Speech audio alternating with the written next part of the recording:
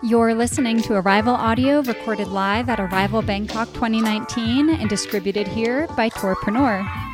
This research presentation by Chitan Kapoor, co-founder and COO of Vidic, walks through the essentials of the Indian market and explores how it's growing, the unique values of Indian travelers, and what operators need to know to win them over.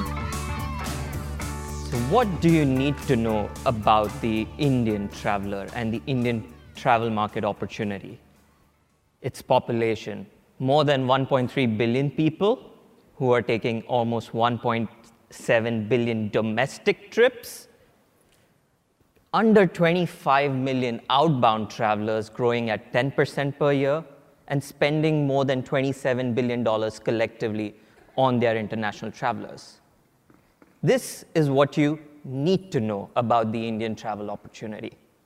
But what you should know about the Indian traveler is the way that I would like to take you through the journey of this person, Jatin.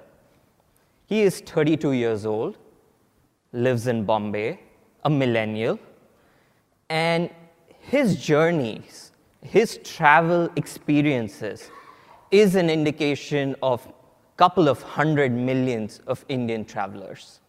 So bear with me as we walk through his travel experiences. When Jatin was just maybe 2 months old, he took his first ever trip.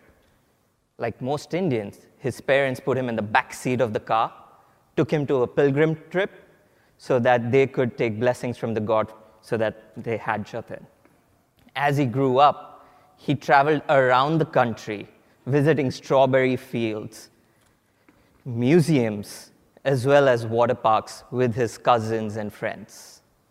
But one important thing over here, besides the fact that I am somewhere in these pictures, is that he never took the decisions of where to go and what to do.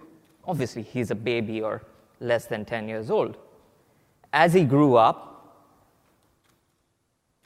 he took college trips with his friends, inspired by activities and destinations he saw on television and movies. He got his first job. He started traveling around with the little money that he managed to put aside. He extended his work trips into leisure trips as well, once again crossing things off his bucket list. He is now an independent traveler, capable of taking his own decisions and doing what he always wanted to do. In this process, he also took trips with his girlfriend, who he then married, and together they went to places that now both of them had on their bucket lists. But what's funny here is that some things don't change. He always takes at least one family trip a year. And this family trip may coincide with his honeymoon, if you notice the clothes from the previous photos. And that is very common. His parents may or may not be living on the same floor of the same hotel. And that is an Indian traveler trait as well. But it's funny how life comes a full circle. 2 years ago, they had their first baby. But unlike his first travel experience at the backseat of a car, his son's first travel experience was on an aircraft, but again, going to a pilgrim site. In less than 2 years, his child has taken maybe 10 flights, 5 train rides across the country, again, as a combination of religious trips as well as meeting friends and family. Today, Jatin's travel can be mapped into all these countries. And once again, he is a relatively mature traveler now. He is an urban traveler. His travel journey is really kick-started about 7 years ago, and thanks to his work, he has traveled across many countries and experienced things at his own pace equally. And what is the thing that comes together and ties into all of this. No matter what phase of his life, where he went to, with whom he went to, experiences were the cornerstone of all his trips, from visiting zoos to taking water sports to going to vineyards, strawberry fields, climbing the Sydney Harbour Bridge, seeing aquariums. Experiences were in each and every part of his trip. So, what do you need to know about the Indian traveler? Just like any other markets, you could carve the Indian traveler in 3 wide buckets. Now, again, this has got no data behind it, but a very anecdotal take, right? First-time travelers, they're all about bucket lists. They want to strike off things that they've always wanted to experience or see. They don't mind cramping in multiple destinations, experiences in a single trip. They're all about traveling in herds, being comfortable with people similar to them who are experiencing these for the first time. And they love their Indian food. So do not ever mess with Indians or early stage Indian travelers when it comes to Indian food. The slightly matured travelers, they spend more time in destinations.